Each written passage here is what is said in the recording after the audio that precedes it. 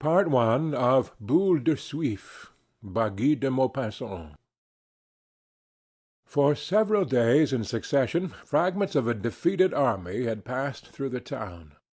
They were mere disorganized bands, not disciplined forces. The men wore long dirty beards and tattered uniforms. They advanced in listless fashion, without a flag, without a leader. All seemed exhausted, worn out, incapable of thought or resolve, marching onward merely by force of habit, and dropping to the ground with fatigue the moment they halted. One saw in particular many enlisted men, peaceful citizens, men who lived quietly on their income, bending beneath the weight of their rifles, and little active volunteers, easily frightened but full of enthusiasm, as eager to attack as they were ready to take to flight. And amid these a sprinkling of red-breeched soldiers, the pitiful remnant of a division cut down in a great battle, sombre artillerymen side by side with nondescript foot soldiers, and here and there the gleaming helmet of a heavy-footed dragoon who had difficulty in keeping up with the quicker pace of the soldiers of the line. Legions of irregulars with high-sounding names, avengers of defeat, citizens of the tomb, brethren in death, passed in their turn, looking like banditti. Their leaders, former drapers or grain merchants, or tallow or soap chandlers, warriors by force of circumstances, officers by reason of their mustachios or their money, covered with weapons, flannel, and gold lace, spoke in an impressive manner, discussed plans of campaign, and behaved as though they alone bore the fortunes of dying France on their braggart shoulders, though in truth they frequently were afraid of their own men. Scoundrels, often brave beyond measure, but pillagers and debauchees. Rumor had it that the Prussians were about to enter Rouen. The members of the National Guard, who for the past 2 months had been reconnoitering with the utmost caution in the neighboring woods, occasionally shooting their own sentinels, and making ready for fight whenever a rabbit rustled in the undergrowth, had now returned to their homes. Their arms, their uniforms, all the death-dealing paraphernalia with which they had terrified all the milestones along the high road for 8 miles round, had suddenly and marvellously disappeared. The last of the French soldiers had just crossed the Seine on their way to Pont-Audemer, through Saint-Sever and Bourg-Achard, and in their rear the vanquished general, powerless to do aught with the forlorn remnants of his army, himself dismayed at the final overthrow of a nation accustomed to victory and disastrously beaten despite its legendary bravery, walked between 2 orderlies. Then a profound calm, a shuddering, silent dread settled on the city. Many a round-paunched citizen, emasculated by years devoted to business, anxiously awaited the conquerors, trembling lest his roasting jacks or kitchen knives should be looked upon as weapons. Life seemed to have stopped short, the shops were shut, the streets deserted. Now and then an inhabitant, awed by the silence, glided swiftly by in the shadow of the walls. The anguish of suspense made men even desire the arrival of the enemy. In the afternoon of the day following the departure of the French troops, a number of Uhlans, coming no one knew whence, passed rapidly through the town. A little later on, a black mass descended St. Catherine's Hill, while 2 other invading bodies appeared respectively on the Darnétal and the Bois Guillaume roads. The advance guards of the 3 corps arrived at precisely the same moment at the square of the Hôtel de Ville, and the German army poured through all the adjacent streets, its battalions making the pavement ring with their firm measured tread. Orders, shouted in an unknown guttural tongue, rose to the windows of the seemingly dead, deserted houses, while behind the fast-closed shutters eager eyes peered forth at the victors, masters now of the city, its fortunes, and its lives by right of war. The inhabitants, in their darkened rooms, were possessed by that terror which follows in the wake of cataclysms, of deadly upheavals of the earth, against which all human skill and strength are vain. For the same thing happens whenever the established order of things is upset, when security no longer exists, when all those rights usually protected by the law of man or of nature are at the mercy of unreasoning, savage force. The earthquake crushing a whole nation under falling roofs, the flood let loose and engulfing in its swirling depths the corpses of drowned peasants, along with dead oxen and beams torn from shattered houses. Or the army, covered with glory, murdering those who defend themselves, making prisoners of the rest, pillaging in the name of the sword, and giving thanks to God to the thunder of cannon. All these are appalling scourges, which destroy all belief in eternal justice, all that confidence we have been taught to feel in the protection of heaven and the reason of man. Small detachments of soldiers knocked at each door, and then disappeared within the houses, for the vanquished saw they would have to be civil to their conquerors. At the end of a short time, once the first terror had subsided, calm was again restored. In many houses the Prussian officer ate at the same table with the family. He was often well bred, and, out of politeness, expressed sympathy with friends, and repugnance at being compelled to take part in the war. This sentiment was received with gratitude. Besides, his protection might be needful some day or other. By the exercise of tact, the number of men quartered in one's house might be reduced, and why should one provoke the hostility of a person on whom one's whole welfare depended? Such conduct would savor less of bravery than of foolhardiness. And foolhardiness is no longer a failing of the citizens of Rouen, as it was in the days when their city earned renown by its heroic defences. Last of all, final argument based on the national politeness. The folk of Rouen said to one another that it was only right to be civil in one's own house, provided there was no public exhibition of familiarity with the foreigner. Out of doors, therefore, citizen and soldier did not know each other, but in the house both chatted freely, and each evening the German remained a little longer, warming himself at the hospitable hearth. Even the town itself resumed by degrees its ordinary aspect. The French seldom walked abroad, but the streets swarmed with Prussian soldiers. Moreover, the officers of the Blue Hussars, who arrogantly dragged their instruments of death along the pavements, seemed to hold the simple townsmen in but little more contempt than did the French cavalry officers who had drunk at the same cafés the year before. But there was something in the air, something strange and subtle, an intolerable foreign atmosphere, like a penetrating odor, the odor of invasion. It permeated dwellings and places of public resort, changed the taste of food, made one imagine oneself in far distant lands amid dangerous barbaric tribes. The conquerors exacted money, much money. The inhabitants paid what was asked. They were rich. But the wealthier a Norman tradesman becomes, the more he suffers at having to part with anything that belongs to him, at having to see any portion of his substance pass into the hands of another.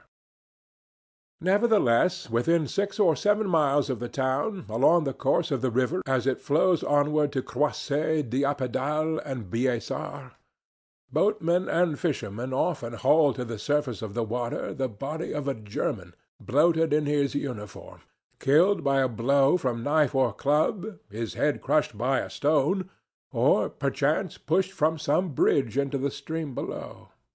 The mud of the river-bed swallowed up these obscure acts of vengeance, savage yet legitimate, these unrecorded deeds of bravery, these silent attacks fraught with greater danger than battles fought in broad day, and surrounded, moreover, with no halo of romance. For hatred of the foreigner ever arms a few intrepid souls, ready to die for an idea. At last, as the invaders, though subjecting the town to the strictest discipline, had not committed any of the deeds of horror with which they had been credited while on their triumphal march, the people grew bolder, and the necessities of business again animated the breasts of the local merchants.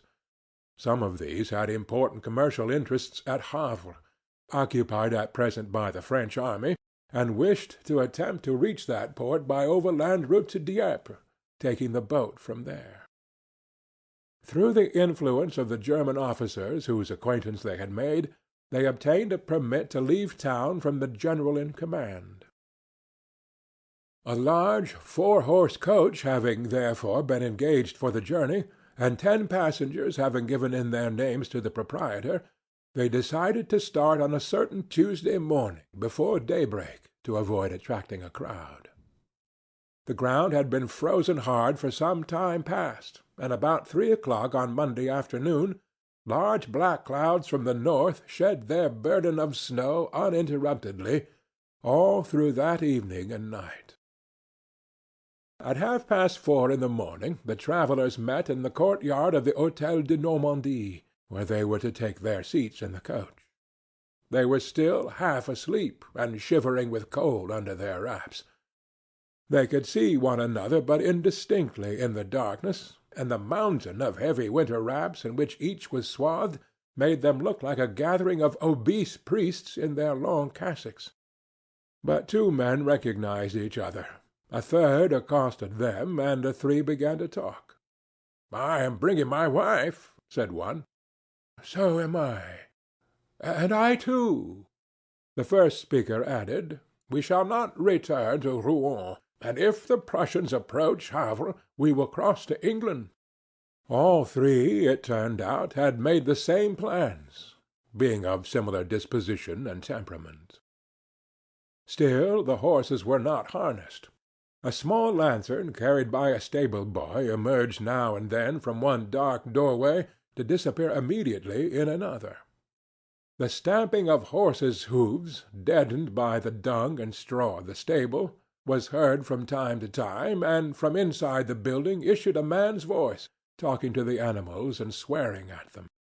A faint tinkle of bells showed that the harness was being got ready. This tinkle soon developed into a continuous jingling, louder or softer according to the movements of the horse, sometimes stopping altogether, then breaking out in a sudden peal, accompanied by a pawing of the ground by an iron-shod hoof. The door suddenly closed. All noise ceased. The frozen townsmen were silent. They remained motionless, stiff with cold. A thick curtain of glistening white flakes fell ceaselessly to the ground. It obliterated all outlines, enveloped all objects in an icy mantle of foam.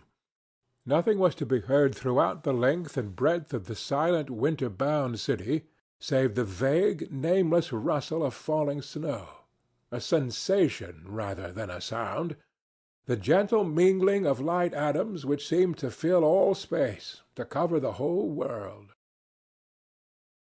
The man reappeared with his lantern, leading by a rope a melancholy-looking horse, evidently being led out against his inclination. The hostler placed himself beside the pole, fastened the traces, and spent some time in walking round him to make sure that the harness was all right, for he could use only one hand, the other being engaged in holding the lantern. As he was about to fetch the second horse, he noticed the motionless group of travellers, already white with snow, and said to them, "Why don't you get inside the coach? You'd be under shelter, at least." This did not seem to have occurred to them, and they at once took his advice. The 3 men seated their wives at the far end of the coach, then got in themselves. Lastly, the other vague, snow-shrouded forms clambered to the remaining places without a word. The floor was covered with straw, into which the feet sank. The ladies at the far end, having brought with them little copper foot-warmers heated by means of a kind of chemical fuel, proceeded to light these, and spent some time expatiating in low tones on their advantages, saying over and over again things which they had all known for a long time. At last, 6 horses instead of 4 having been harnessed to the diligence, on account of the heavy roads, a voice outside asked, "Is every one there?" To which a voice from the interior replied, "Yes," and they set out. The vehicle moved slowly, slowly, at a snail's pace. The wheels sank into the snow. The entire body of the coach creaked and groaned. The horses slipped, puffed, steamed, and the coachman's long whip cracked incessantly, flying hither and thither, coiling up, then flinging out its length like a slender serpent as it lashed some rounded flank, which instantly grew tense as it strained in further effort. But the day grew apace. Those light flakes which one traveller, a native of Rouen, had compared to a rain of cotton, fell no longer. A murky light filtered through dark heavy clouds, which made the country more dazzlingly white by contrast, a whiteness broken sometimes by a row of tall trees spangled with hoar frost, or by a cottage roof hooded in snow. Within the coach the passengers eyed one another curiously in the dim light of dawn. Right at the back, in the best seats of all, Monsieur and Madame Loiseau, wholesale wine merchants of the Rue Grand Pont, slumbered opposite each other. Formerly clerk to a merchant who had failed in business, Loiseau had bought his master's interest and made a fortune for himself. He sold very bad wine at a very low price to the retail dealers in the country, and had the reputation, among his friends and acquaintances, of being a shrewd rascal, a true Norman, full of quips and wiles. So well established was his character as a cheat, that in the mouths of the citizens of Rouen the very name of Loiseau became a byword for sharp practice. Above and beyond this, Loiseau was noted for his practical jokes of every description, his tricks, good or ill-natured, and no one could mention his name without adding at once, "He's an extraordinary man, Loiseau." He was undersized and pot-bellied, had a florid face with grayish whiskers. His wife, tall, strong, determined, with a loud voice and a decided manner, represented the spirit of order and arithmetic in the business house which Loiseau enlivened by his jovial activity. Beside them, dignified in bearing, belonging to a superior caste, sat Monsieur Carré-Lamadon, a man of considerable importance, a king in the cotton trade, proprietor of 3 spinning mills, officer of the Legion of Honor, and member of the General Council. During the whole time the Empire was in the ascendancy, he remained the chief of the well-disposed opposition, merely in order to command a higher value for his devotion when he should rally to the cause which he meanwhile opposed with courteous weapons, to use his own expression. Madame Carré-Lamadon, much younger than her husband, was the consolation of all the officers of good family quartered at Rouen. Pretty, slender, graceful, she sat opposite her husband, curled up in her furs, and gazed mournfully at the sorry interior of the coach. Her neighbors, the Comte and Comtesse Hubert de Breville, bore one of the noblest and most ancient names in Normandy. The Count, a nobleman advanced in years and of aristocratic bearing, strove to enhance by every artifice of the toilet his natural resemblance to King Henry IV, who, according to a legend of which the family was inordinately proud, had been a favored lover of a de Breville lady, and father of her child, the frail one's husband having, in recognition of this fact, been made a count and governor of a province. A colleague of Monsieur Carré-Lamadon in the General Council, Count Hubert represented the Orleanist party in his department. The story of his marriage with the daughter of a small shipowner at Nantes had always remained more or less of a mystery, but as the countess had an air of unmistakable breeding, entertained faultlessly, and was even supposed to have been loved by a son of Louis Philippe, the nobility vied with one another in doing her honor, and her drawing-room remained the most select in the whole countryside, the only one which retained the old spirit of gallantry, and to which access was not easy. The fortune of the Brevilles, all in real estate, amounted, it was said, to 500,000 francs a year. These 6 people occupied the farther end of the coach, and represented society with an income, the strong established society of good people with religion and principle. It happened by chance that all the women were seated on the same side, and the countess had, moreover, as neighbors, 2 nuns, who spent the time in fingering their long rosaries and murmuring paternosters and aves. One of them was old, and so deeply pitted with smallpox that she looked for all the world as if she had received a charge of shot full in the face. The other, of sickly appearance, had a pretty but wasted countenance and a narrow consumptive chest, sapped by that devouring faith which is the making of martyrs and visionaries. A man and woman sitting opposite the 2 nuns attracted all eyes. The man, a well-known character, was Cornudet, the Democrat, the terror of all respectable people. For the past 20 years his big red beard had been on terms of intimate acquaintance with the tankards of all the Republican cafés. With the help of his comrades and brethren he had dissipated a respectable fortune left him by his father, an old established confectioner, and he now impatiently awaited the Republic, that he might at last be rewarded with the post he had earned by his revolutionary orgies. On the 4th of September, possibly as the result of a practical joke, he was led to believe that he had been appointed prefect. But when he attempted to take up the duties of the position, the clerks in charge of the office refused to recognize his authority, and he was compelled, in consequence, to retire. A good sort of fellow in other respects, inoffensive and obliging, he had thrown himself zealously into the work of making an organized defense of the town. He had pits dug in the level country, young forest trees felled, and traps set on all the roads. Then, at the approach of the enemy, thoroughly satisfied with his preparations, he had hastily returned to the town. He thought he might now do more good at Havre, where new entrenchments would soon be necessary. The woman, who belonged to the courtesan class, was celebrated for an embonpoint unusual for her age, which had earned for her the sobriquet of Boule de Suif. Short and round, fat as a pig, with puffy fingers constricted at the joints, looking like rows of short sausages, with a shiny, tightly stretched skin and an enormous bust filling out the bodice of her dress, she was yet attractive and much sought after, owing to her fresh and pleasing appearance.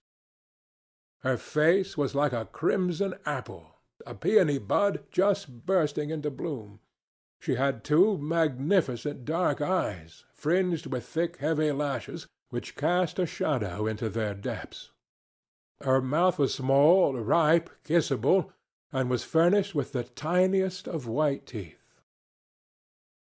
As soon as she was recognized, the respectable matrons of the party began to whisper among themselves, and the words hussy and public scandal were uttered so loudly that Boule de Suif raised her head. She forthwith cast such a challenging, bold look at her neighbors that a sudden silence fell on the company, and all lowered their eyes, with the exception of Loiseau, who watched her with evident interest. But conversation was soon resumed among the 3 ladies, whom the presence of this girl had suddenly drawn together in the bonds of friendship, one might almost say in those of intimacy. They decided that they ought to combine, as it were, in their dignity as wives in face of this shameless hussy, for legitimized love always despises its easy-going brother. The 3 men also, brought together by a certain conservative instinct awakened by the presence of Cornudet, spoke of money matters in a tone expressive of contempt for the poor. Count Hubert related the losses he had sustained at the hands of the Prussians, spoke of the cattle which had been stolen from him, the crops which had been ruined, with the easy manner of a nobleman who was also a tenfold millionaire, and whom such reverses would scarcely inconvenience for a single year. Monsieur Carre-Lamadon, a man of wide experience in the cotton industry, had taken care to send 600,000 francs to England as provision against the rainy day he was always anticipating. As for Loiseau, he had managed to sell to the French Commissariat Department all the wines he had in stock, so that the state now owed him a considerable sum, which he hoped to receive at Havre. And all three eyed one another in friendly, well-disposed fashion. Although of varying social status, they were united in their brotherhood of money, in that vast freemasonry made up of those who possess, who can jingle gold wherever they choose to put their hands into their breeches pockets. The coach went along so slowly that at 10 o'clock in the morning it had not covered 12 miles. 3 times the men of the party got out and climbed the hills on foot. The passengers were becoming uneasy, for they had counted on lunching at Totes, and it seemed now as if they would hardly arrive there before nightfall. Every one was eagerly looking out for an inn by the roadside, when suddenly the coach foundered in a snowdrift, and it took 2 hours to extricate it. As appetites increased, their spirits fell. No inn, no wine-shop could be discovered. The approach of the Prussians and the transit of the starving French troops having frightened away all business. The men sought food in the farmhouses beside the road, but could not find so much as a crust of bread, for the suspicious peasant invariably hid his stores for fear of being pillaged by the soldiers, who, being entirely without food, would take violent possession of everything they found. About 1 o'clock Loiseau announced that he positively had a big hollow in his stomach.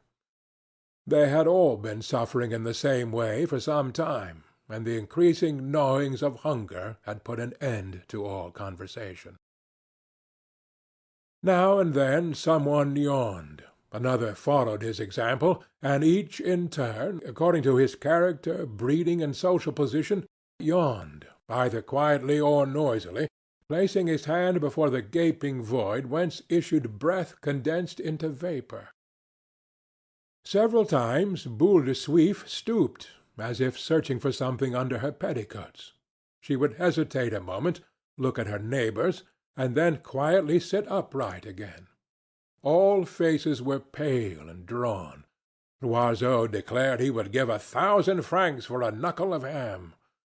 His wife made an involuntary and quickly checked gesture of protest. It always hurt her to hear of money being squandered, and she could not even understand jokes on such a subject. "As a matter of fact, I don't feel well," said the count. "Why did I not think of bringing provisions?"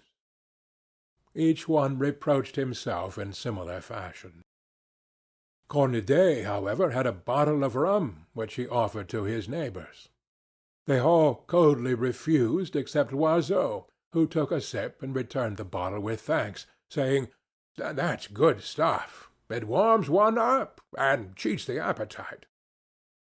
The alcohol put him in good humor, and he proposed they should do as the sailors did in the song, eat the fattest of the passengers.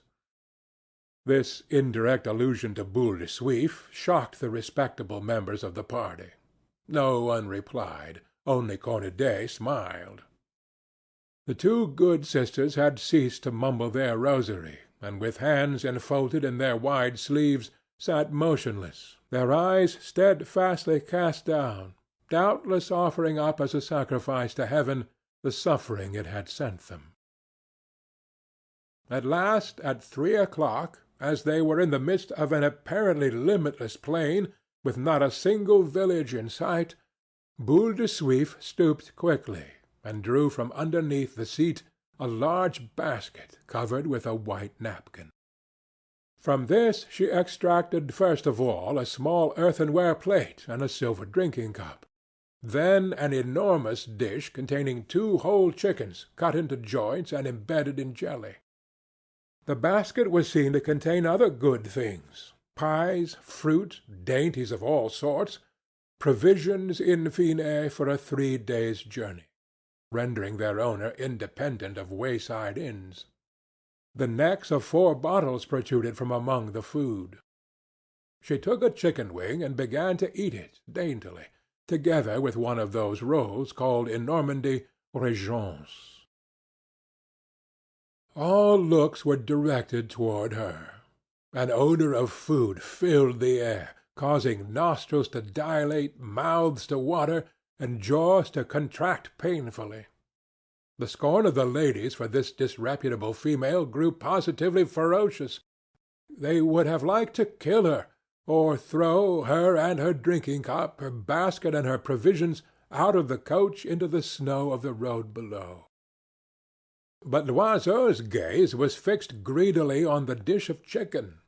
He said, "Well, well, this lady had more forethought than the rest of us. Some people think of everything." She looked up at him.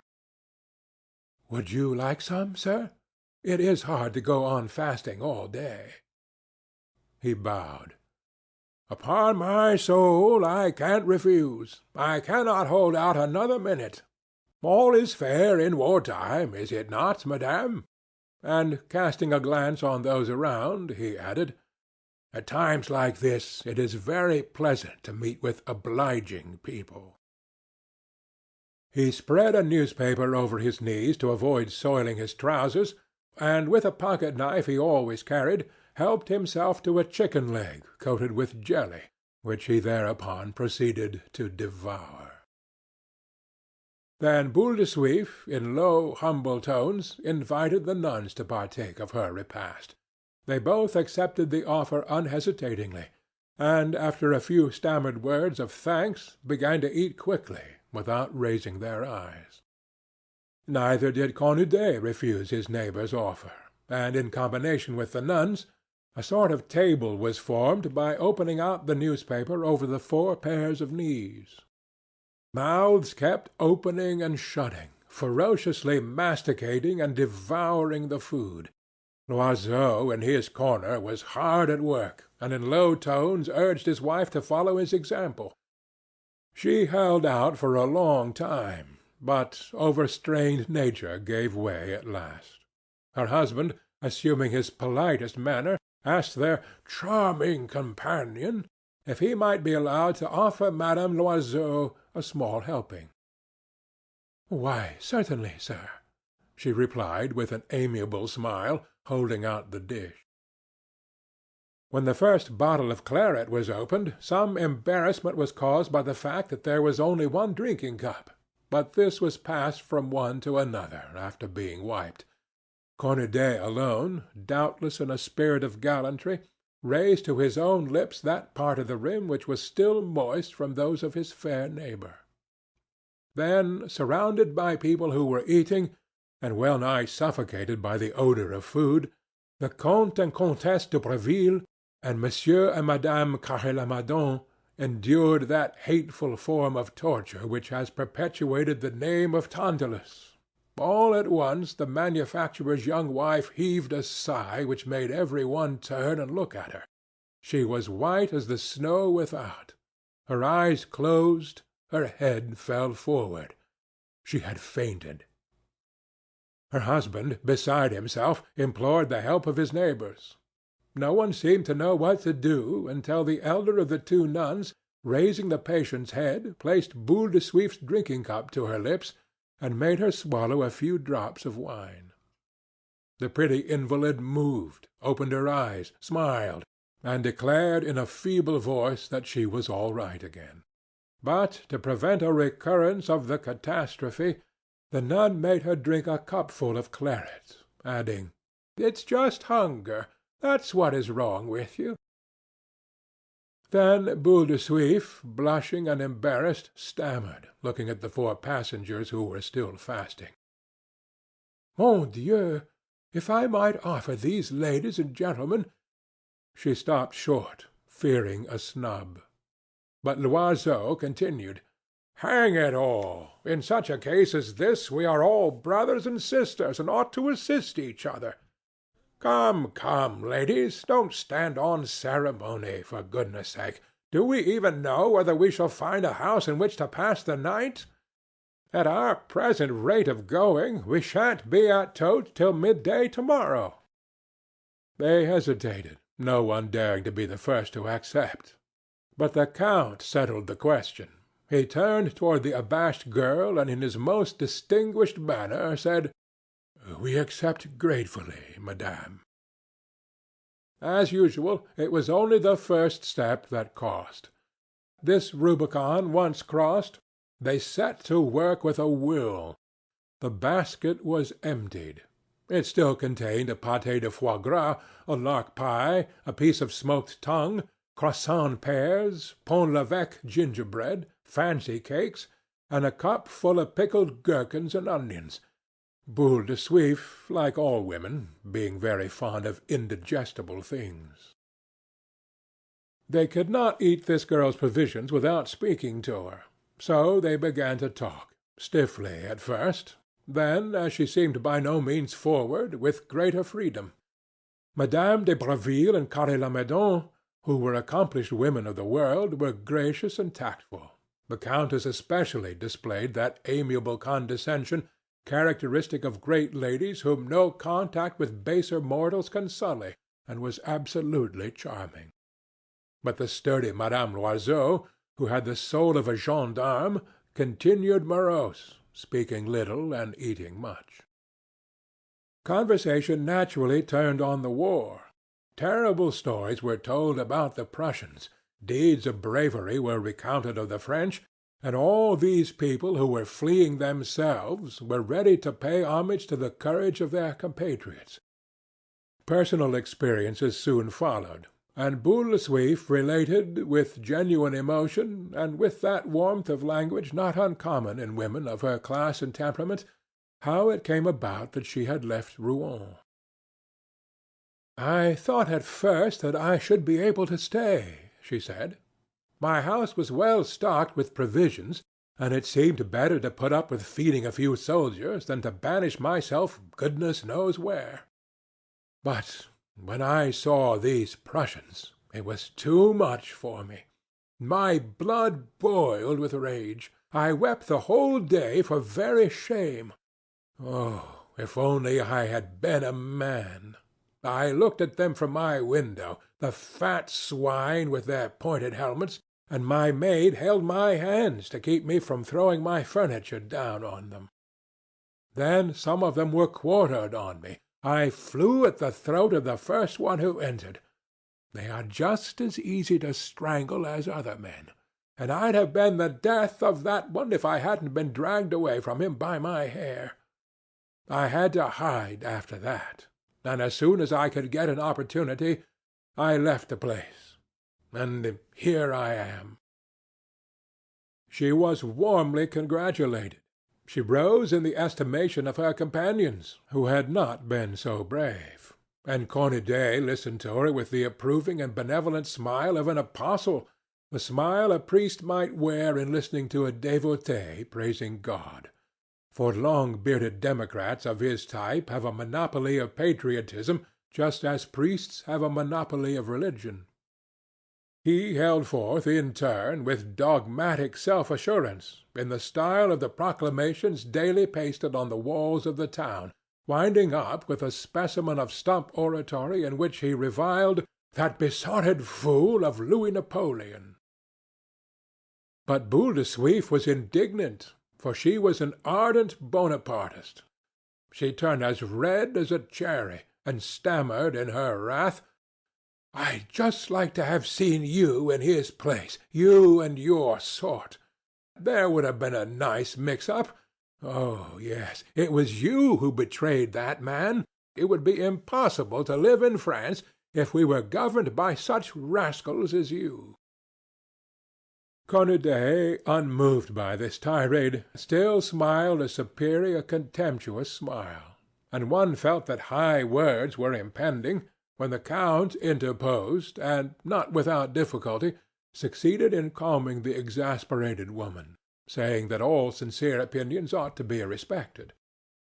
But the countess and the manufacturer's wife, imbued with the unreasoning hatred of the upper classes for the Republic, and instinct, moreover, with the affection felt by all women for the pomp and circumstance of despotic government, were drawn, in spite of themselves, toward this dignified young woman, whose opinions coincided so closely with their own. The basket was empty. The 10 people had finished its contents without difficulty and general regret that it did not hold more. Conversation went on a little longer, though it flagged somewhat after the passengers had finished eating. Part II of Boule de Suif by Guy de Maupassant. Night fell. The darkness grew deeper and deeper, and the cold made Boule de Suif shiver, in spite of her plumpness. So Madame de Breville offered her her foot-warmer, the fuel of which had been several times renewed since the morning, and she accepted the offer at once, for her feet were icy cold. Mesdames Carré-Lamadon and Loiseau gave theirs to the nuns. The driver lighted his lanterns. They cast a bright gleam on the cloud of vapour which hovered over the sweating flanks of the horses and on the roadside snow, which seemed to unroll as they went along in the changing light of the lamps. All was now indistinguishable in the coach. But suddenly a movement occurred in the corner occupied by Boule de Suif and Cornudet, and Loiseau, peering into the gloom, fancied he saw the big bearded Democrat move hastily to one side, as though he had received a well-directed though noiseless blow in the dark. Tiny lights glimmered ahead. It was Totes. The coach had been on the road 11 hours, which, with the 3 hours allotted the horses in 4 periods for feeding and breathing, made 14. It entered the town and stopped before the Hôtel du Commerce. The coach door opened. A well-known noise made all the travellers start. It was the clanging of a scabbard on the pavement. Then a voice called out something in German. Although the coach had come to a standstill, no one got out. It looked as if they were afraid of being murdered the moment they left their seats. Thereupon the driver appeared, holding in his hand one of his lanterns, which cast a sudden glow on the interior of the coach, lighting up the double row of startled faces, mouths agape and eyes wide open in surprise and terror. Beside the driver stood in the full light a German officer. A tall young man, fair and slender, tightly encased in his uniform like a woman in her corset, his flat shiny cap tilted to one side of his head, making him look like an English hotel runner. His exaggerated moustache, long and straight and tapering to a point at either end in a single blond hair that could hardly be seen, seemed to weigh down the corners of his mouth and give a droop to his lips. In Alsatian French he requested the travellers to alight, saying stiffly, "Kindly get down, ladies and gentlemen." The 2 nuns were the first to obey, manifesting the docility of holy women accustomed to submission on every occasion. Next appeared the Count and Countess, followed by the manufacturer and his wife, after whom came Loiseau, pushing his larger and better half before him. "Good day, sir," he said to the officer as he put his foot to the ground, acting on an impulse born of prudence rather than politeness. The other, insolent like all in authority, merely stared without replying. Boule de Suif and Cornudet, though near the door, were the last to alight, grave and dignified before the enemy. The stout girl tried to control herself and appear calm. The Democrat stroked his long russet beard with a somewhat trembling hand. Both strove to maintain their dignity, knowing well that at such a time each individual is always looked upon as more or less typical of his nation, and also, resenting the complacent attitude of their companions, Boule de Suif tried to wear a bolder front than her neighbors, the virtuous women, while he, feeling that it was incumbent on him to set a good example, kept up the attitude of resistance which he had first assumed when he undertook to mine the high roads round Rouen. They entered the spacious kitchen of the inn, and the German, having demanded the passports, signed by the general in command, in which were mentioned the name, description, and profession of each traveller, inspected them all minutely, comparing their appearance with the written particulars. Then he said brusquely, "All right," and turned on his heel. They breathed freely. All were still hungry, so supper was ordered. Half an hour was required for its preparation, and while two servants were apparently engaged in getting it ready, the travellers went to look at their rooms. These all opened off a long corridor, at the end of which was a glazed door with a number on it. They were just about to take their seats at table when the innkeeper appeared in person. He was a former horse-dealer, a large, asthmatic individual, always wheezing, coughing, and clearing his throat. Follenvie was his patronymic. He called, "Mademoiselle Elisabeth Rousset?" Boule de Suif started and turned round. "That is my name." "Mademoiselle, the Prussian officer wishes to speak to you immediately." "To me?" "Yes, if you are Mademoiselle Elisabeth Rousset." She hesitated, reflected a moment, and then declared roundly, "That may be, but I'm not going." They moved restlessly around her. Every one wondered and speculated as to the cause of this order. The count approached. "You are wrong, madame, for your refusal may bring trouble not only on yourself but also on your companions. It never pays to resist those in authority. Your compliance with this request cannot possibly be fraught with any danger. It has probably been made because some formality or other was forgotten." All added their voices to that of the count. Boule de Suif was begged, urged, lectured, and at last convinced. Every one was afraid of the complications which might result from headstrong action on her part. She said finally, "I am doing it for your sakes. Remember that." The countess took her hand. "And we are grateful to you." She left the room. All waited for her return before commencing the meal. Each was distressed that he or she had not been sent for rather than this impulsive, quick-tempered girl, and each mentally rehearsed platitudes in case of being summoned also. But at the end of 10 minutes she reappeared, breathing hard, crimson with indignation. "Oh, the scoundrel! The scoundrel!" she stammered. All were anxious to know what had happened, but she declined to enlighten them, and when the count pressed the point, she silenced him with much dignity, saying, "No, the matter has nothing to do with you, and I cannot speak of it." Then they took their places round a high soup tureen, from which issued an odor of cabbage. In spite of this coincidence, the supper was cheerful. The cider was good. The Loiseaus and the nuns drank it from motives of economy. The others ordered wine. Cornudet demanded beer.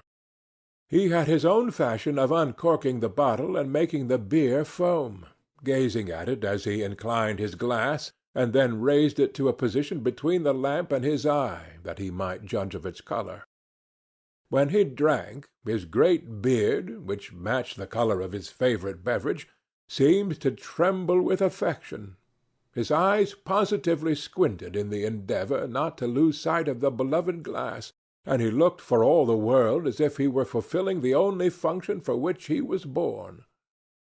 He seemed to have established in his mind an affinity between the two great passions of his life, pale ale and revolution, and assuredly he could not taste the one without dreaming of the other.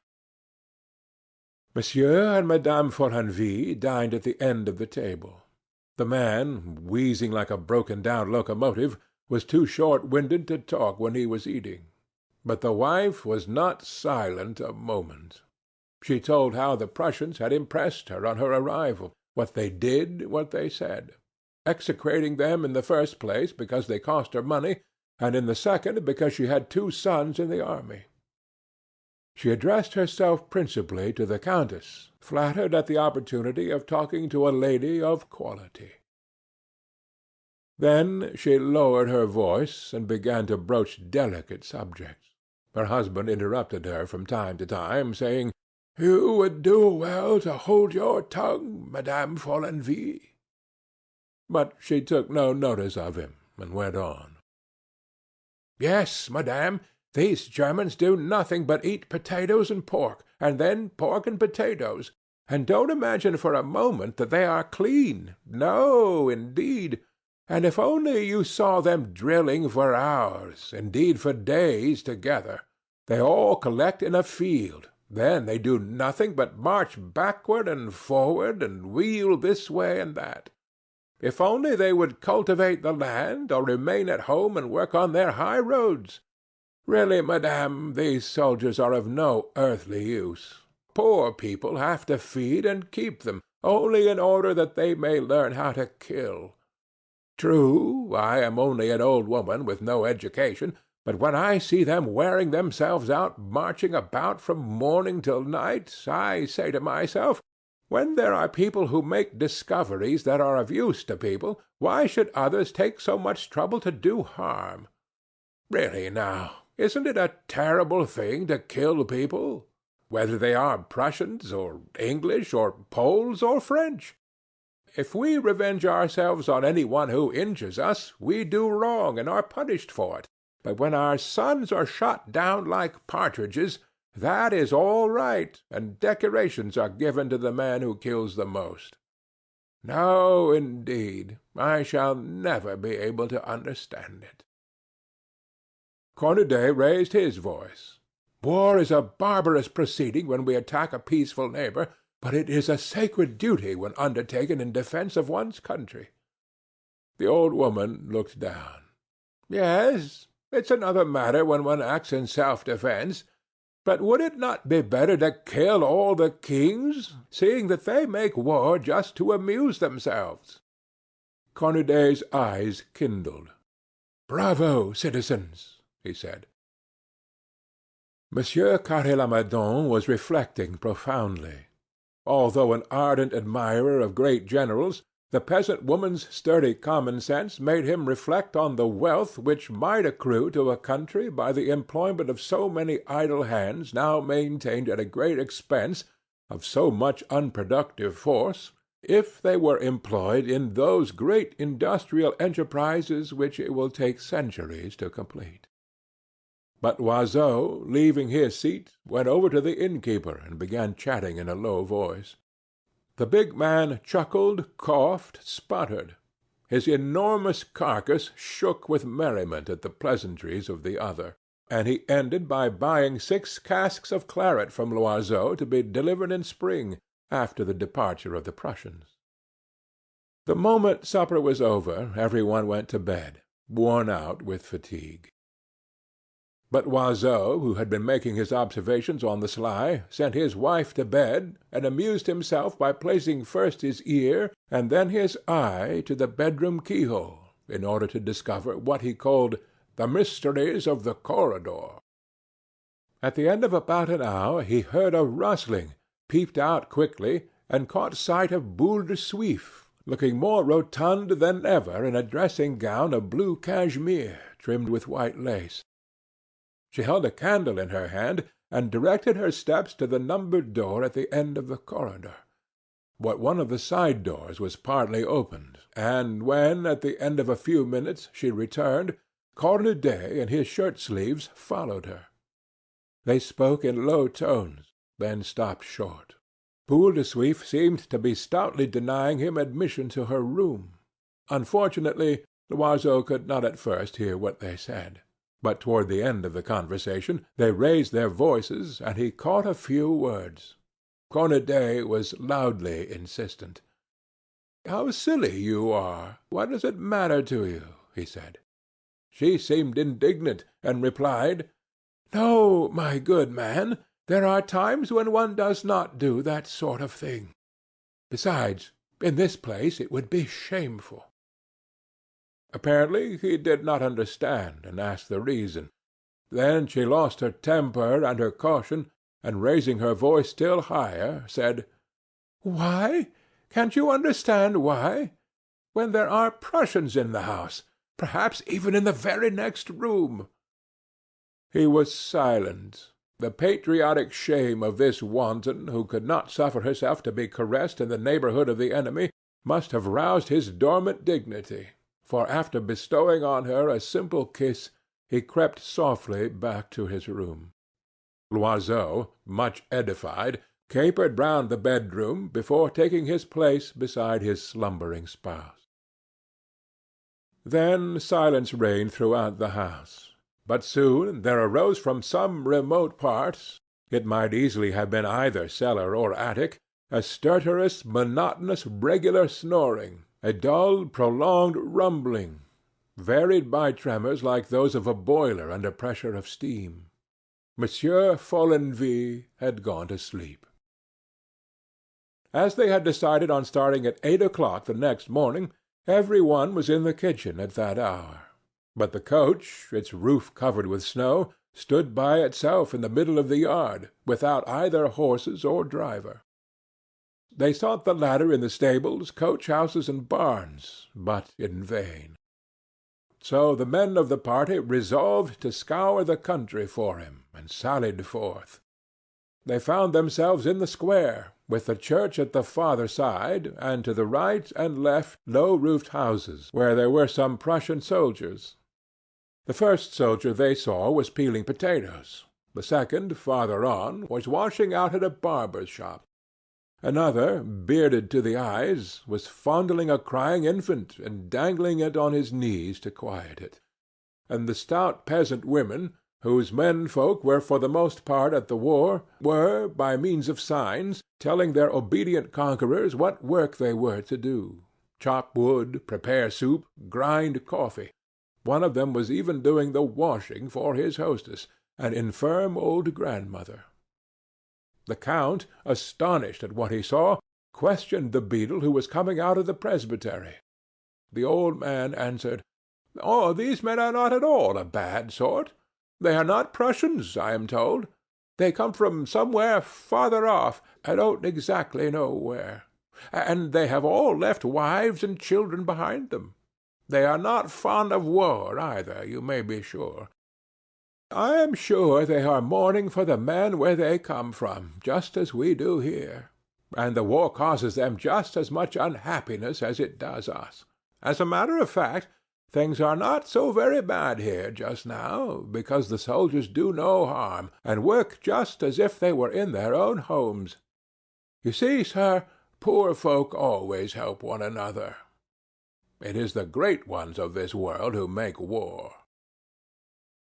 Cornudet, indignant at the friendly understanding established between conquerors and conquered, withdrew, preferring to shut himself up in the inn. "They are repeopling the country," jested Loiseau.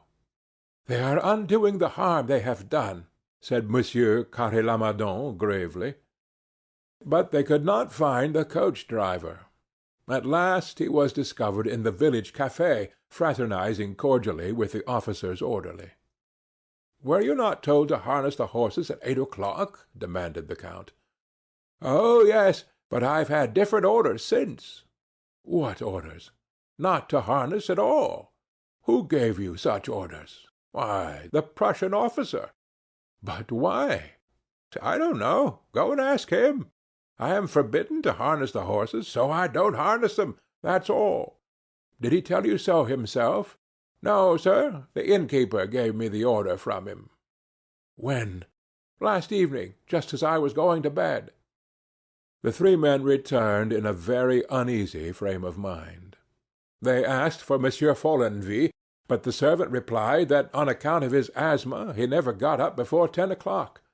They were strictly forbidden to rouse him earlier, except in case of fire. They wished to see the officer, but that also was impossible, although he lodged in the inn. Monsieur Follenvie alone was authorized to interview him on civil matters. So they waited. The women returned to their rooms and occupied themselves with trivial matters. Cornudet settled down beside the tall kitchen fireplace, before a blazing fire. He had a small table and a jug of beer placed beside him, and he smoked his pipe, a pipe which enjoyed among democrats a consideration almost equal to his own, as though it had served its country in serving Cornudet. It was a fine meerschaum, admirably coloured to a black the shade of its owner's teeth, but sweet-smelling, gracefully curved, at home in its master's hand, and completing his physiognomy.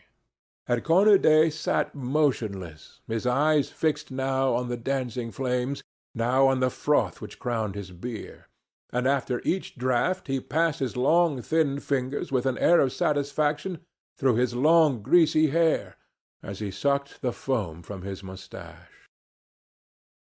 Loiseau, under pretence of stretching his legs, went out to see if he could sell wine to the country dealers. The Count and the manufacturer began to talk politics. They forecast the future of France. One believed in the Orleans dynasty, the other in an unknown saviour, a hero who should rise up in the last extremity, a Du Guesclin, perhaps a Joan of Arc, or another Napoleon I. Ah, if only the Prince Imperial were not so young! Cornudet, listening to them, smiled like a man who holds the keys of destiny in his hands. His pipe perfumed the whole kitchen. As the clock struck 10, Monsieur Follenvie appeared. He was immediately surrounded and questioned, but could only repeat 3 or 4 times in succession, and without variation, the words, "The officer said to me just like this: 'Monsieur Follenvie, you will forbid them to harness up the coach for those travellers to-morrow. They are not to start without an order from me. You hear? That is sufficient.' Then they asked to see the officer. The Count sent him his card, on which Monsieur Carré-Lamadon also inscribed his name and titles. The Prussian sent word that the 2 men would be admitted to see him after his luncheon, that is to say, about 1 o'clock. The ladies reappeared, and they all ate a little, in spite of their anxiety. Boule de Suif appeared ill and very much worried. They were finishing their coffee when the orderly came to fetch the gentlemen. Loiseau joined the other 2, but when they tried to get Cornudet to accompany them, by way of adding greater solemnity to the occasion, he declared proudly that he would never have anything to do with the Germans, and resuming his seat in the chimney-corner, he called for another jug of beer. The 3 men went upstairs and were ushered into the best room in the inn, where the officer received them, lolling at his ease in an arm-chair, his feet on the mantelpiece, smoking a long porcelain pipe, and enveloped in a gorgeous dressing-gown, doubtless stolen from the deserted dwelling of some citizen destitute of taste in dress. He neither rose, greeted them, nor even glanced in their direction. He afforded a fine example of that insolence of bearing which seems natural to the victorious soldier. After the lapse of a few moments, he said in his halting French, "What do you want?" "We wish to start on our journey," said the Count. "No." "May I ask the reason of your refusal?" "Because I don't choose." "I would respectfully call your attention, monsieur, to the fact that your general in command gave us a permit to proceed to Dieppe, and I do not think we have done anything to deserve this harshness at your hands." "I don't choose. That's all. You may go." They bowed and retired. The afternoon was wretched. They could not understand the caprice of this German, and the strangest ideas came into their heads. They all congregated in the kitchen and talked the subject to death, imagining all kinds of unlikely things. Perhaps they were to be kept as hostages, but for what reason? Or to be extradited as prisoners of war, or possibly they were to be held for ransom. They were panic-stricken at this last supposition. The richest among them were the most alarmed, seeing themselves forced to empty bags of gold into the insolent soldiers' hands in order to buy back their lives. They racked their brains for plausible lies whereby they might conceal the fact that they were rich, and pass themselves off as poor, very poor. Loiseau took off his watch-chain and put it in his pocket. The approach of night increased their apprehension. The lamp was lighted, and as it wanted yet 2 hours to dinner, Madame Loiseau proposed a game of 31. It would distract their thoughts. The rest agreed, and Cornudet himself joined the party, first putting out his pipe, for politeness' sake. The count shuffled the cards, dealt, and Boule de Suif had 31 to start with. Soon the interest of the game assuaged the anxiety of the players, but Cornudet noticed that Loiseau and his wife were in league to cheat. They were about to sit down to dinner when Monsieur Follenvie appeared, and in his grating voice announced, "The Prussian officer sends to ask Mademoiselle Elisabeth Rousset if she has changed her mind yet." Boule de Suif stood still, pale as death. Then, suddenly turning crimson with anger, she gasped out, "Kindly tell that scoundrel, that cur, that carrion of a Prussian, that I will never consent. You understand? Never, never, never." The fat innkeeper left the room. Then Boule de Suif was surrounded, questioned, entreated on all sides to reveal the mystery of her visit to the officer. She refused at first, but her wrath soon got the better of her. "What does he want? He wants to make me his mistress," she cried. No one was shocked at the word, so great was the general indignation. Cornudet broke his jug as he banged it down on the table. A loud outcry arose against this base soldier. All were furious. They drew together in common resistance against the foe, as if some part of the sacrifice exacted of Boule de Suif had been demanded of each. The count declared, with supreme disgust, that those people behaved like ancient barbarians. The women, above all, manifested a lively and tender sympathy for Boule de Suif. The nuns, who appeared only at meals, cast down their eyes and said nothing. They dined, however, as soon as the first indignant outburst had subsided, but they spoke little and thought much. The ladies went to bed early, and the men, having lighted their pipes, proposed a game of écarté, in which Monsieur Follenvie was invited to join, the travellers hoping to question him skilfully as to the best means of vanquishing the officer's obduracy. But he thought of nothing but his cards, would listen to nothing, reply to nothing, and repeated, time after time, "Attend to the game, gentlemen, attend to the game." So absorbed was his attention that he even forgot to expectorate. The consequence was that his chest gave forth rumbling sounds like those of an organ. His wheezing lungs struck every note of the asthmatic scale, from deep hollow tones to the shrill hoarse piping resembling that of a young cock trying to crow. He refused to go to bed when his wife, overcome with sleep, came to fetch him. So she went off alone, for she was an early bird, always up with the sun, while he was addicted to late hours, ever ready to spend the night with friends. He merely said, "Put my eggnog by the fire," and went on with the game. When the other men saw that nothing was to be got out of him, they declared it was time to retire, and each sought his bed. Part III of Boule de Suif by Guy de Maupassant. They rose fairly early the next morning, with a vague hope of being allowed to start, a greater desire than ever to do so, and a terror at having to spend another day in this wretched little inn. Alas, the horses remained in the stable. The driver was invisible. They spent their time, for want of something better to do, in wandering round the coach. Luncheon was a gloomy affair, and there was a general coolness towards Boule de Suif, for night, which brings counsel, had somewhat modified the judgment of her companions. In the cold light of the morning they almost bore a grudge against the girl for not having secretly sought out the Prussian, that the rest of the party might receive a joyful surprise when they awoke. What more simple? Besides, who would have been the wiser? She might have saved appearances by telling the officer that she had taken pity on their distress.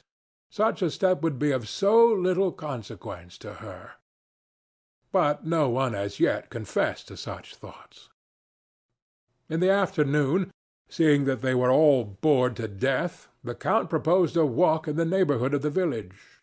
Each one wrapped himself up well, and the little party set out, leaving behind only Cornudet, who preferred to sit over the fire, and the two nuns, who were in the habit of spending their day in the church or at the presbytery.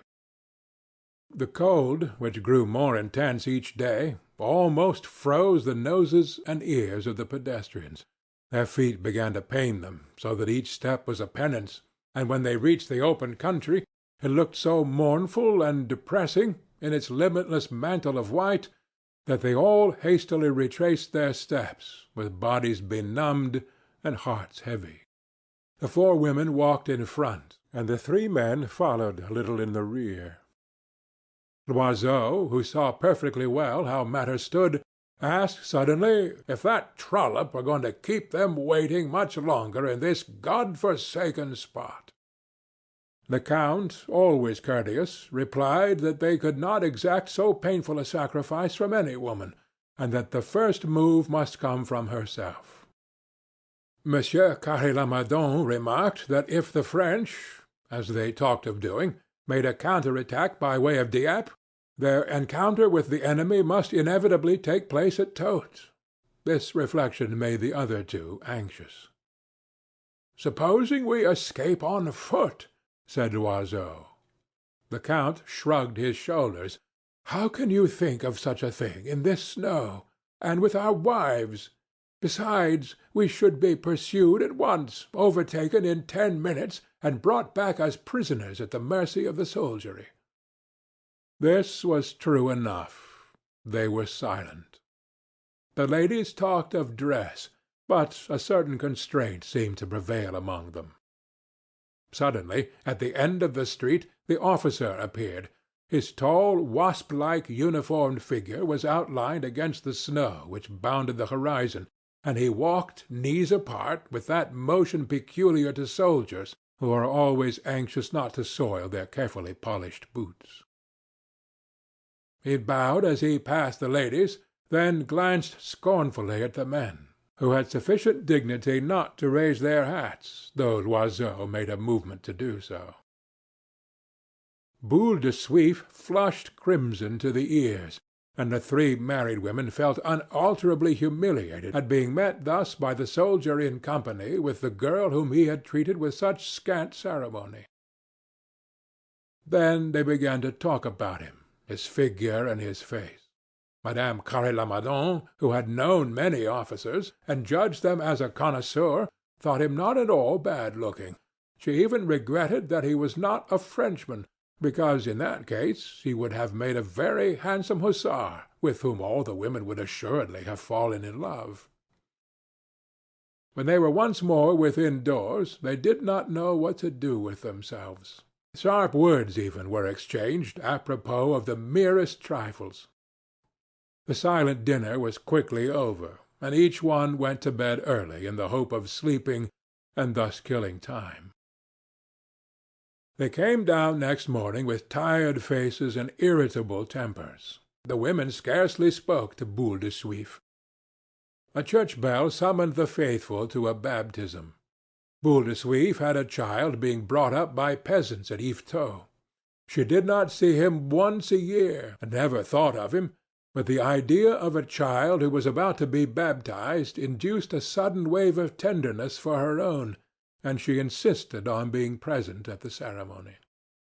As soon as she had gone out, the rest of the company looked at one another and drew their chairs together, for they realized that they must decide on some course of action.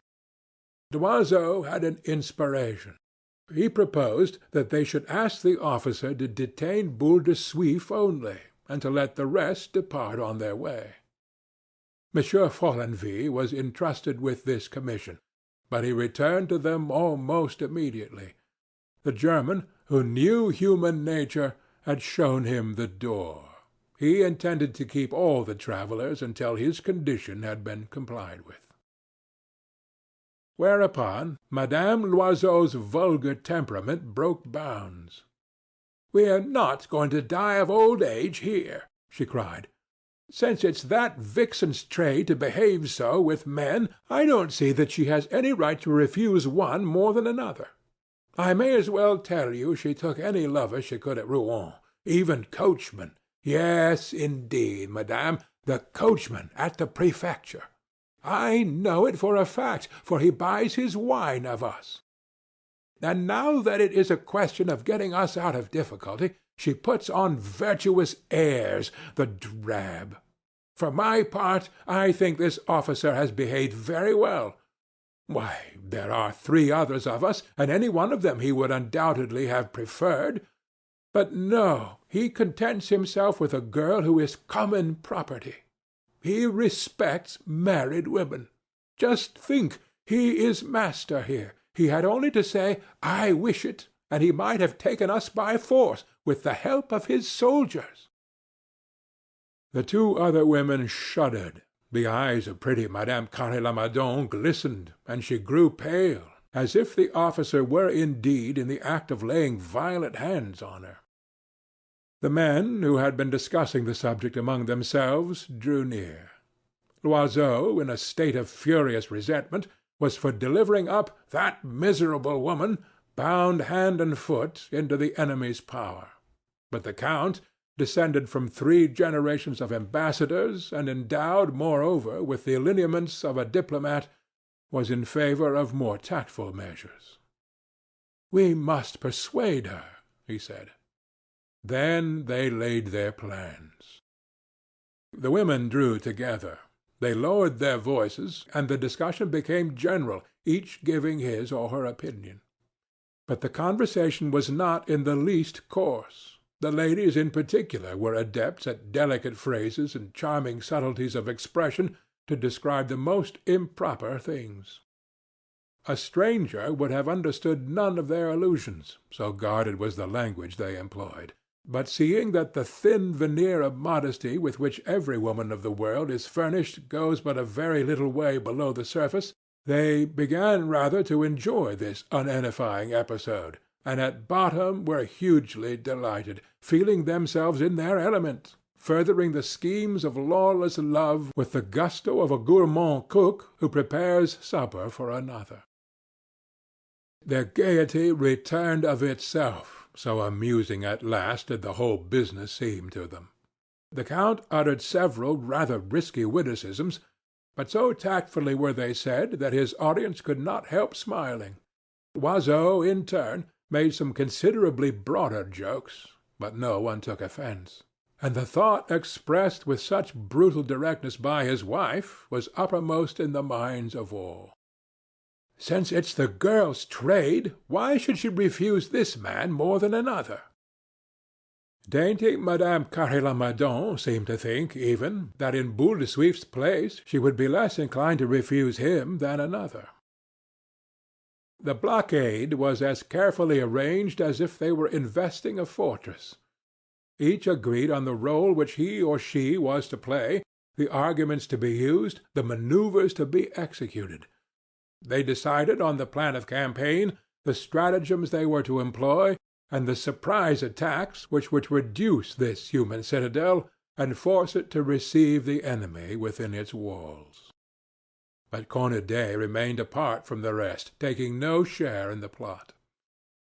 So absorbed was the attention of all that Boule de Suif's entrance was almost unnoticed. But the count whispered a gentle "Hush!" which made the others look up. She was there. They suddenly stopped talking, and a vague embarrassment prevented them for a few moments from addressing her. But the countess, more practised than the others in the wiles of the drawing-room, asked her, "Was the baptism interesting?" The girl, still under the stress of emotion, told what she had seen and heard, described the faces, the attitudes of those present, and even the appearance of the church. She concluded with the words, "It does one good to pray sometimes."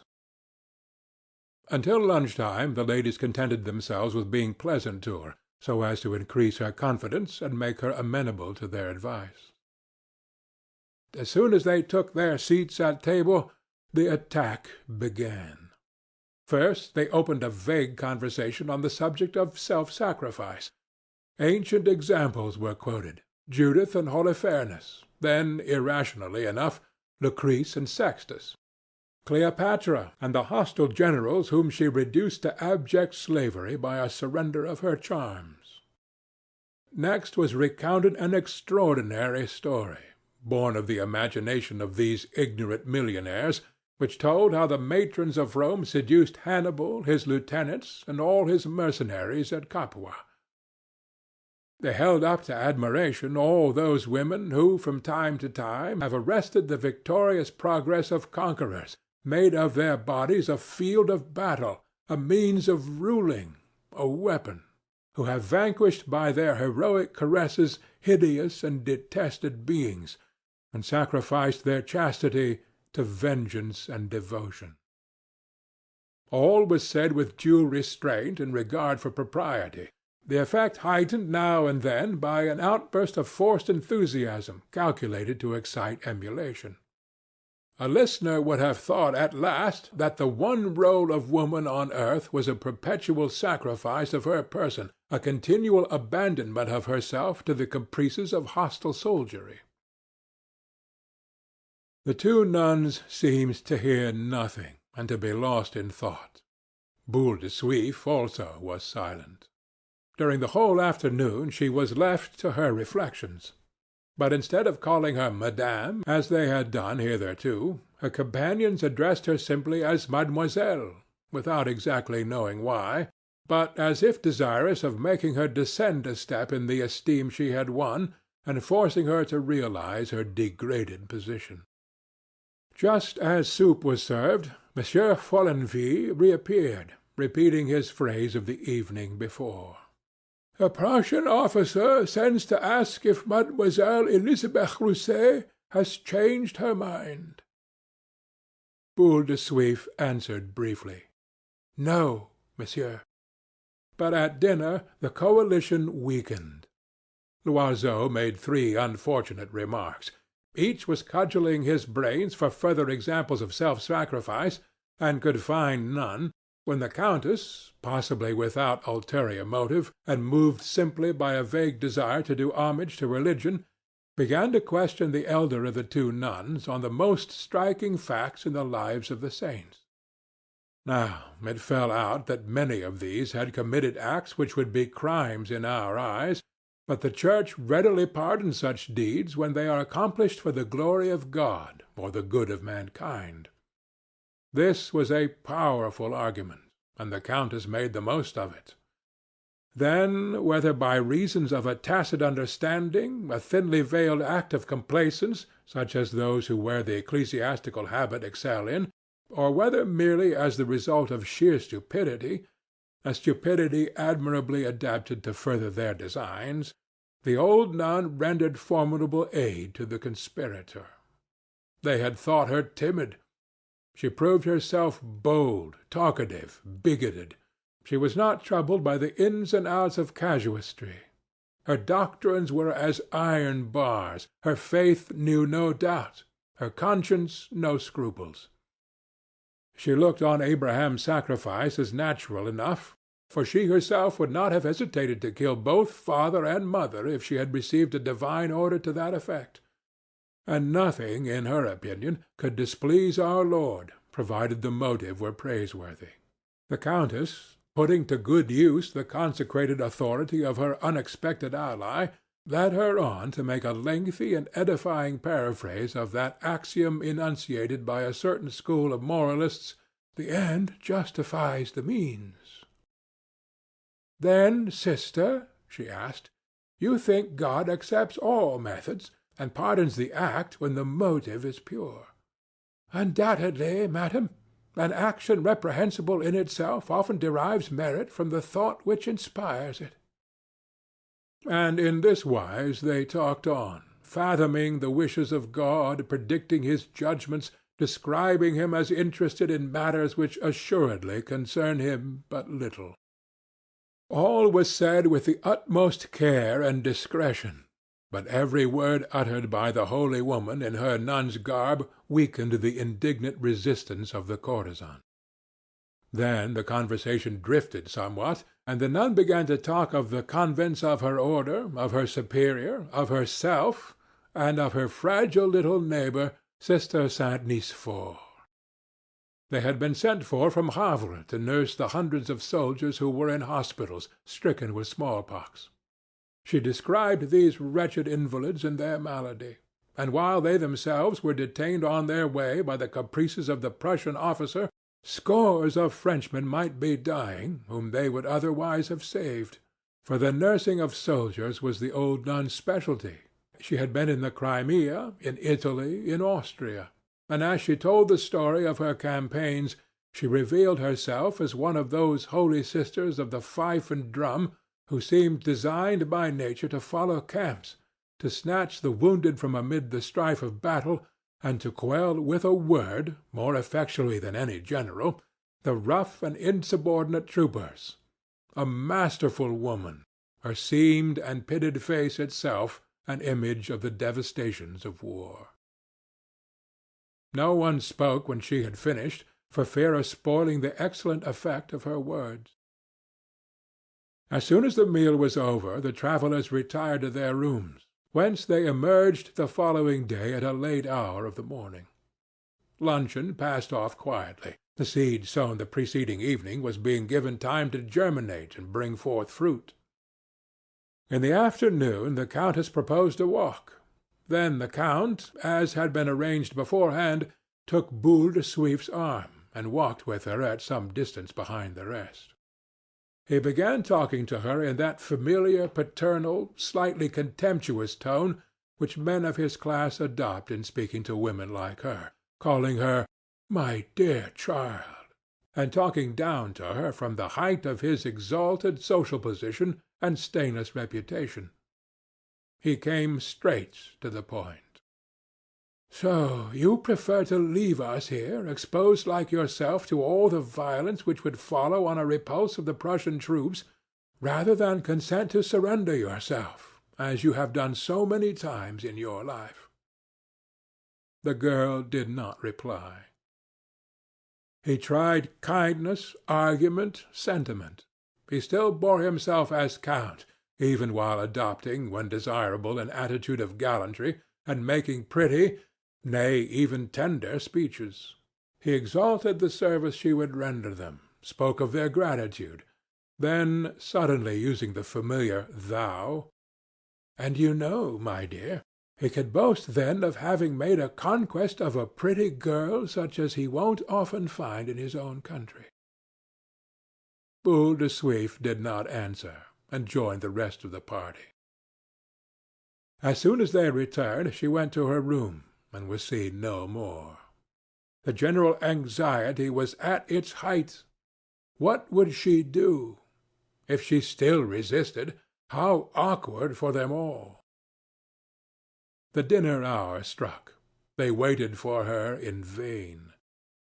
At last Monsieur Follenvie entered, announcing that Mademoiselle Rousset was not well, and that they might sit down to table. They all pricked up their ears. The count drew near the innkeeper and whispered, "Is it all right?" "Yes." Out of regard for propriety he said nothing to his companions, but merely nodded slightly toward them. A great sigh of relief went up from all breasts. Every face was lighted up with joy. "By gad!"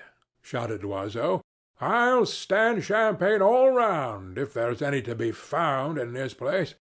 And great was Madame Loiseau's dismay when the proprietor came back with 4 bottles in his hands. They had all suddenly become talkative and merry. A lively joy filled all hearts. The count seemed to perceive for the first time that Madame Carre-Lamadon was charming. The manufacturer paid compliments to the countess.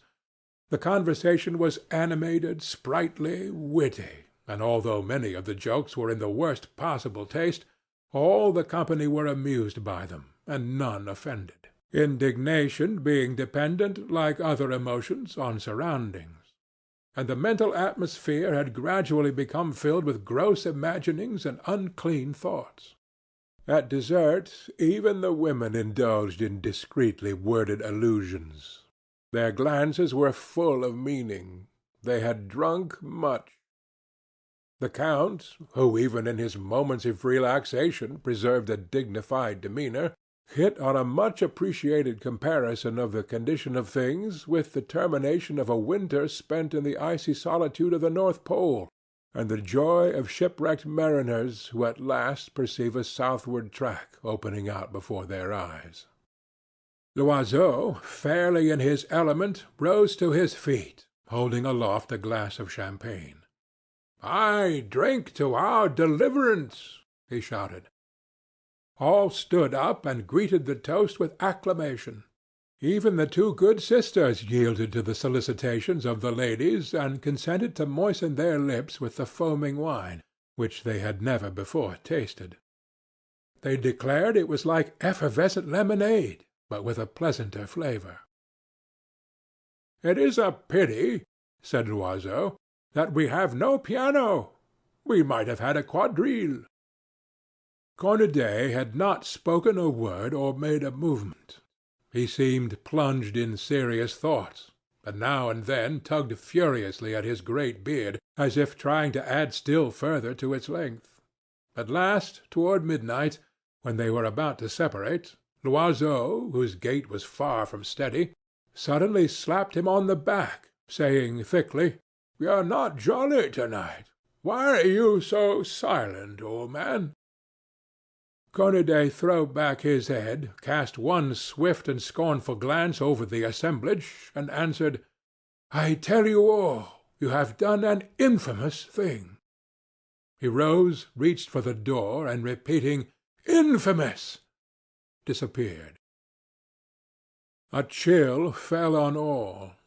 Loiseau himself looked foolish and disconcerted for a moment, but soon recovered his aplomb, and, writhing with laughter, exclaimed, "Really, you are all too green for anything." Pressed for an explanation, he related the mysteries of the corridor, whereat his listeners were largely amused. The ladies could hardly contain their delight. The count and Monsieur Carre-Lamadon laughed till they cried. They could scarcely believe their ears. "What? You are sure? He wanted—" "I tell you I saw it with my own eyes." "And she refused?" "Because the Prussian was in the next room." "Surely you are mistaken." "I swear I'm telling you the truth." The count was choking with laughter. The manufacturer held his sides. Loiseau continued. "So you may well imagine he doesn't think this evening's business at all amusing." And all 3 began to laugh again, choking, coughing, almost ill with merriment. Then they separated. But Madame Loiseau, who was nothing if not spiteful, remarked to her husband as they were on the way to bed that stuck-up little minx of a Carre-Lamadon had laughed on the wrong side of her mouth all the evening. "You know," she said, "when women run after uniforms, it's all the same to them whether the men who wear them are French or Prussian. It's perfectly sickening." The next morning the snow showed dazzling white under a clear winter sun. The coach, ready at last, waited before the door, while a flock of white pigeons, with pink eyes spotted in the centres with black, puffed out their white feathers and walked sedately between the legs of the 6 horses, picking at the steaming manure. The driver, wrapped in his sheepskin coat, was smoking a pipe on the box, and all the passengers, radiant with delight at their approaching departure, were putting up provisions for the remainder of the journey. They were waiting only for Boule de Suif. At last she appeared. She seemed rather shamefaced and embarrassed, and advanced with timid steps toward her companions, who with one accord turned aside as if they had not seen her. The Count, with much dignity, took his wife by the arm and removed her from the unclean contact. The girl stood still, stupefied with astonishment. Then, plucking up courage, accosted the manufacturer's wife with a humble "Good morning, madame," to which the other replied merely with a slight and insolent nod, accompanied by a look of outraged virtue. Every one suddenly appeared extremely busy, and kept as far from Boule de Suif as if her skirts had been infected with some deadly disease. Then they hurried to the coach, followed by the despised courtesan, who, arriving last of all, silently took the place she had occupied during the first part of the journey. The rest seemed neither to see her or to know her, all save Madame Loiseau, who, glancing contemptuously in her direction, remarked half aloud to her husband, "What a mercy I am not sitting beside that creature!" The lumbering vehicle started on its way, and the journey began afresh. At first no one spoke. Boule de Suif dared not even raise her eyes. She felt at once indignant with her neighbors, and humiliated at having yielded to the Prussian into whose arms they had so hypocritically cast her. But the Countess, turning toward Madame Carré-Lamadon, soon broke the painful silence. "I think you know Madame d'Etrelles?" "Yes, she is a friend of mine." "Such a charming woman."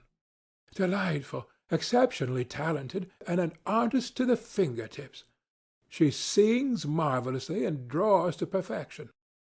The manufacturer was chatting with the Count, and amid the clatter of the window-panes a word of their conversation was now and then distinguishable: shares, maturity, premium, time-limit.